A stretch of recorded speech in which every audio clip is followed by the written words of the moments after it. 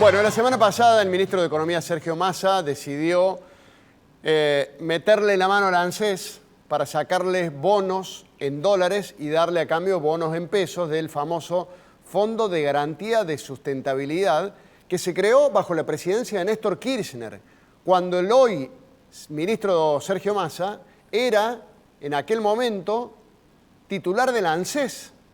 Y allí se prometió que no se iban a tocar esos fondos de los jubilados para ajustar el déficit o las cuentas del Estado.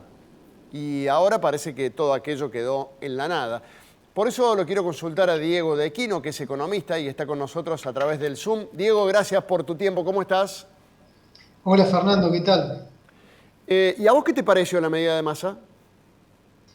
Me parece que es como los últimos días de la víctima.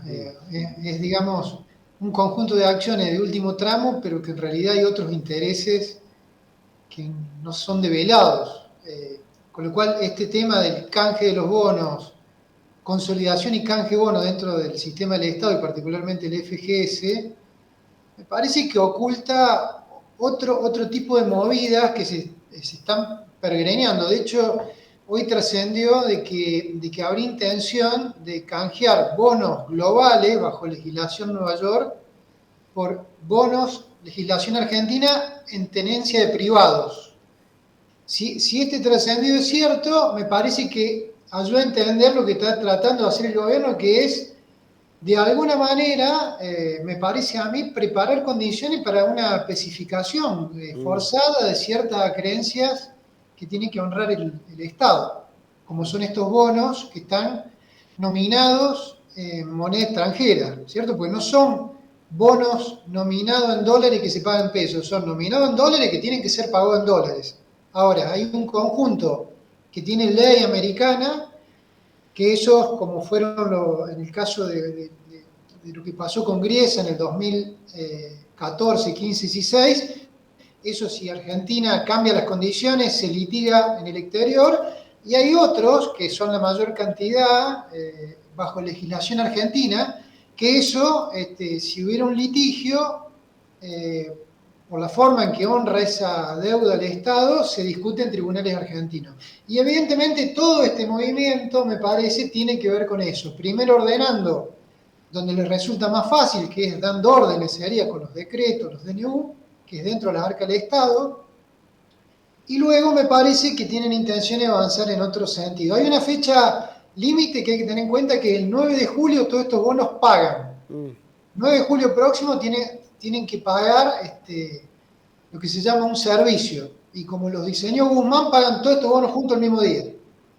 Y me parece que el movimiento está orientado en ese sentido. Con el caso del FGS me parece que es claramente un daño patrimonial a los jubilados, ¿cierto? Ahí te lo voy a preguntar, pero es de nuevo, porque ayer lo leía Alfredo Zayat en página 12, un economista, yo no sé si es alguien en quien se inspira Cristina o Zayat es alguien que se inspira en Cristina. Pero bueno, como sea, ahí se ve que una circulación interesante de información. Zayat plantea ayer en página 12 más o menos que estas son las medidas para aguantar o para llegar hasta fin de año por parte de Massa, más algunos dólares que vienen de algunos bancos a la Argentina, bueno, fruto también de la escasez que tiene el Banco Central, de la falta de dólares que van a ingresar por la sequía. ¿Es otro plan aguantar de Massa para zafar y llegar al fin del mandato? Yo no coincido que esto sirva para aguantar y llegar. No alcanza, es No alcanza. poco. Necesita más, digamos.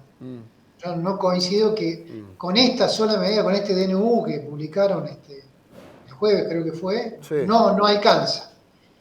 Necesitan echar mano de otras herramientas, y a mí me parece que alguien ahí está pensando, por este trascendido que hoy circula, en pagar de una manera distinta los pagos que se vienen en dólares que tiene que hacer el gobierno, porque eso obviamente le daña la capacidad a las reservas para el problema que sí afecta fuertemente la economía real, que son las importaciones. Hoy lo estamos sufriendo todo, desde el que cambia cubierta en el auto hasta el que tiene que buscar lente de contacto, ¿cierto? Es decir, todos estamos sufriendo este manejo desopilante que tiene el gobierno en materia del frente exterior que lo adjudica a la falta de reserva. Todas estas medidas que se vienen de pago tienen que ver o dañarían esa capacidad aún más. Y esto que están haciendo me parece que se inscribe, vuelvo a decirte, en imaginar algunos mecanismos creativos quizá de cómo pagar esto que debería pagarse el 9 de julio, porque si no, no se entiende, por ejemplo, la compra de bono de enero. No nos olvidemos nunca que este Claro. gobierno salió a comprar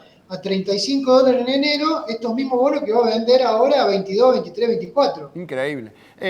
Vuelvo con el tema del Fondo de Garantía de Sustentabilidad. Pensando en los jubilados actuales y en los jubilados futuros, ¿esto daña aún más el sistema? ¿Es un golpe fuerte? Porque también lo leí ayer a Massa diciendo que le va a pedir una especie de auditoría o de resolución a la Facultad de Ciencias Económicas de la UBA, que le diga la Facultad de Ciencias Económicas si esto perjudica o no a los jubilados. Y que si los perjudica a los jubilados, él daría marcha atrás. No sé cómo va a ser, pero bueno, ¿vos cómo lo ves?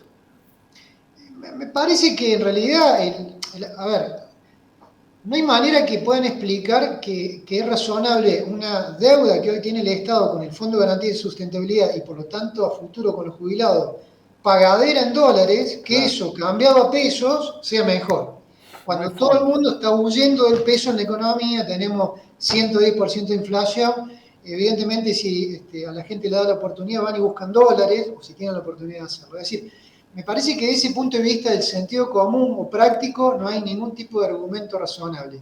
Desde el punto de vista del pedido de opinión técnica que va a hacer a la UBA, que le preguntes por qué lo hace la UBA y no lo hace a la Universidad Nacional de Córdoba o alguna otra, yo creo que ahí no va a haber ninguna respuesta efectiva, porque son tantos los supuestos para razonar el resultado. Entonces, por ejemplo, entra a jugar si la brecha se va a mantener o no se va a mantener en 2, 3, 5, 10, 20 años, o de cuánto va a ser.